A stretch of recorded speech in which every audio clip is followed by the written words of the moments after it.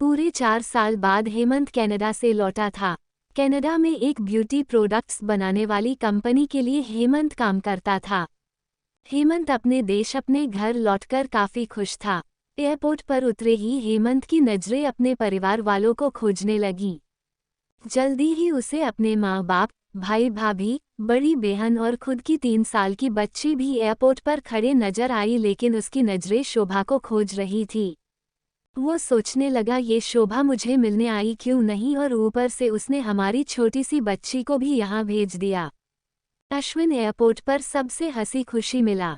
फिर उसने शोभा के बारे में पूछा तो उसकी दीदी बोल पड़ी, भाई वो घर पर ही है, तुम्हारे लिए खाना तैयार कर रही है।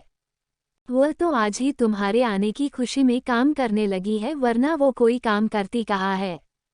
अश्विन ने अपनी बेटी को प्यार से उठा लिया, लेकिन उसकी बेटी उसे देखकर रोने लगी।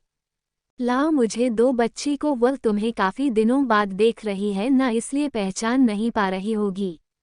कहते हुए दीदी ने बच्ची को अपने पास ले लिया। सभी टैक्सी में बैठकर अपने घर की तरफ रवाना हुए।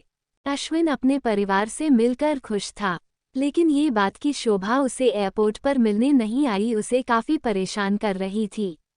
वो सोचने लगा, क्या खाना बनाना इतना ज्यादा जरूरी था, मुझसे मिलने से भी ज्यादा, और वो भी तब जब मैं 4 साल बाद वापस आया हूँ। इन्हीं ख्यालों में घर तक का आधा रास्ता बीत गया। अब उसकी बच्ची उसे देखकर रो नहीं रही थी, इसलिए अश्विन उसके साथ खेलने लगा। बाकी का आधा रास्ता भी खत्म हुआ और सब घर पहुंच गए। गाड़ी की आवाज सुन शोभा बालकनी में आकर खड़ी हो गए और अश्विन की तरफ देखने लगी। अश्विन भी जैसे ही गाड़ी से उतरा, उसने पहले दरवाजे की तरफ और बाद में बालकनी की तरफ नजरें घुमाई, जैसे वह सुबह को ही देखना चाहता हूँ। अश्विन से नजरें मिलते ही शोभा के चेहरे पर मुस्कान झलक पड़ी। अश्विन भी उसे देखकर हल्के से मुस्कुरा दिया। सभी घर के अंदर गए। शोभा सबके लिए पानी लेकर आई और सभी को पानी देने के बाद फिर से किचन में चली गई चाय बनाने के लिए। थोड़ी देर तक सभी परिवार वालों से बातें करने के बाद अश्विन शोभा को बुलाने लगा। माँ ने उसे बीच में टोकते हुए कहा, रहने दो उसे किचन में, थोड़ा काम कर लेने दो, बाद में अपने आप आ जाएगी। तुम बैठो यहाँ मेरे पास, वैसे भी कहाँ ज्यादा काम करती है वह।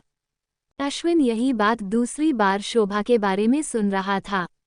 अब उसने सोचा कि मेरे परिवार वाले मुझसे झूठ थोड़ी बोलेंगे, हर दिन नहीं होता होगा उसको इतना काम, आज थोड़ा सा है करने देते हैं, मैं बाद में उससे बात कर लूँगा। अश्विन अपने परिवार वालों से बातचीत में मगन हो गया। एक के बाद एक रिश्तेदार और पड़ोसी अश्विन को मिलने आते रहे और शोभा को किचन से बाहर निकलने का समय ही नहीं मिला। सभी के लिए चाय बनाना, नाश्ता बनाना, यही करते करते शाम हो गई। शाम होते ही अकेली शोभा इस बड़े से परिवार का खाना बनाने में जुट गई। 2 घंटे बाद सभी परिवार वाले खाना खाने के लिए डाइनिंग टेबल पर बैठे थे सिवा शोभा के।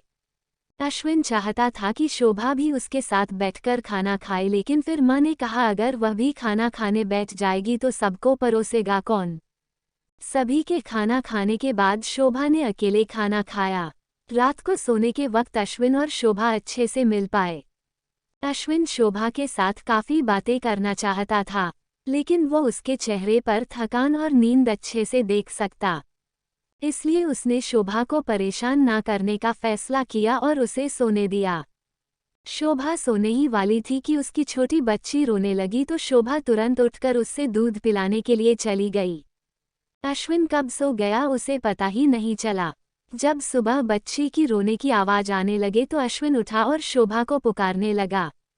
जब शोभा पास नहीं दिखी तो उसने बच्ची को चुप कराया और फिर से सुला दिया।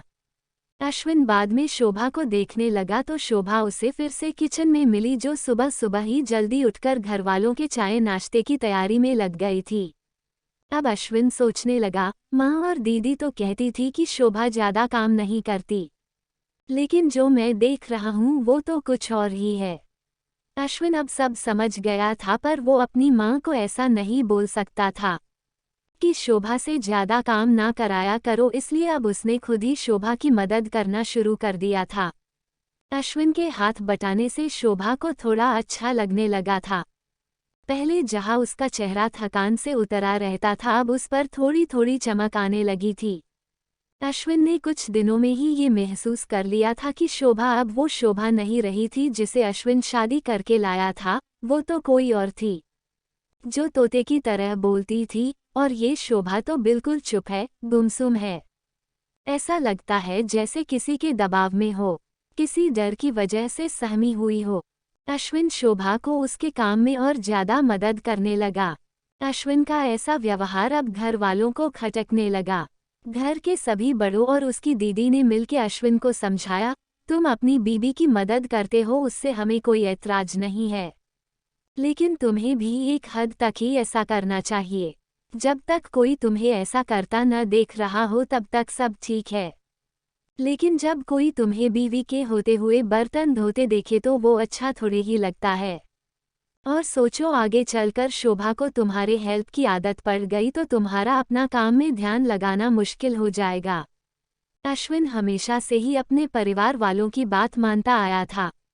जिस तरह से सबने अश्विन को समझाया था, अश्विन भी उनकी बातों में आ गया। अब अश्विन शोभा की मदद करने से कतराता था।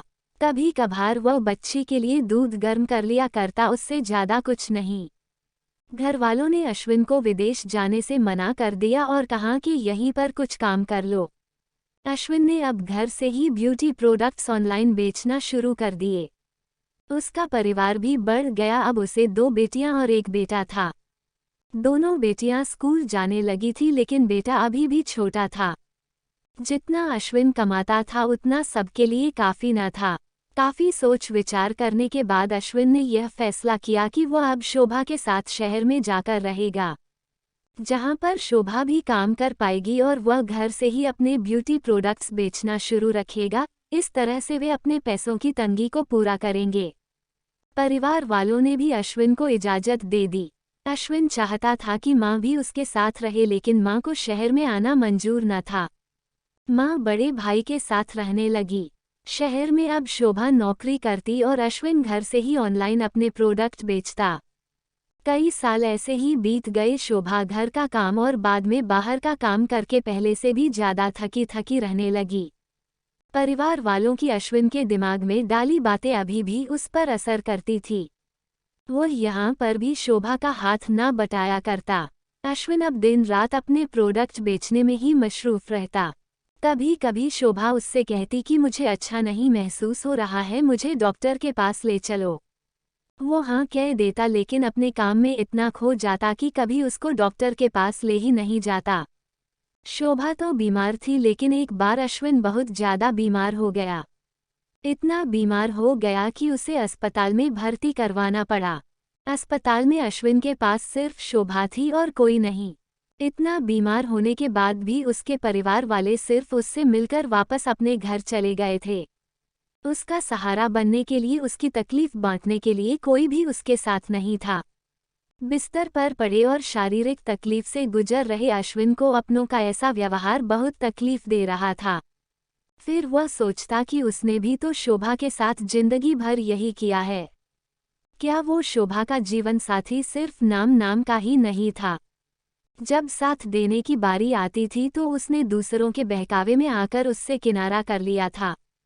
यहाँ तक कि शोभा के खुद अपने मुंह से कहने के बाद भी उसकी तकलीफ को वो नज़रअंदाज करता आया था। अश्विन को अब अपना दर्द शोभा के दर्द के आगे मामूली सा लगने लगा। उसके दर्द को ना बांटकर उसने बहुत बड़ा गुनाह किया हो, ऐसा उसे लगने लगा। पश्चाताप के आंसू अश्विन की आंखों से बहने लगे। उसने अपनी सारी गलतियों और गुनाहों के लिए शोभा से माफ़ी मांगी। दोस्तों, जीवन साथी का मतलब होता है जीवन के हर उतार चढ़ाव में, जीवन के हर मोड़ में जो साथ दे। साथ होने और साथ देने में उतना ही फर्क होता है जितना सिर्फ वादा करने में और सचमुच वादा निभाने में होता है।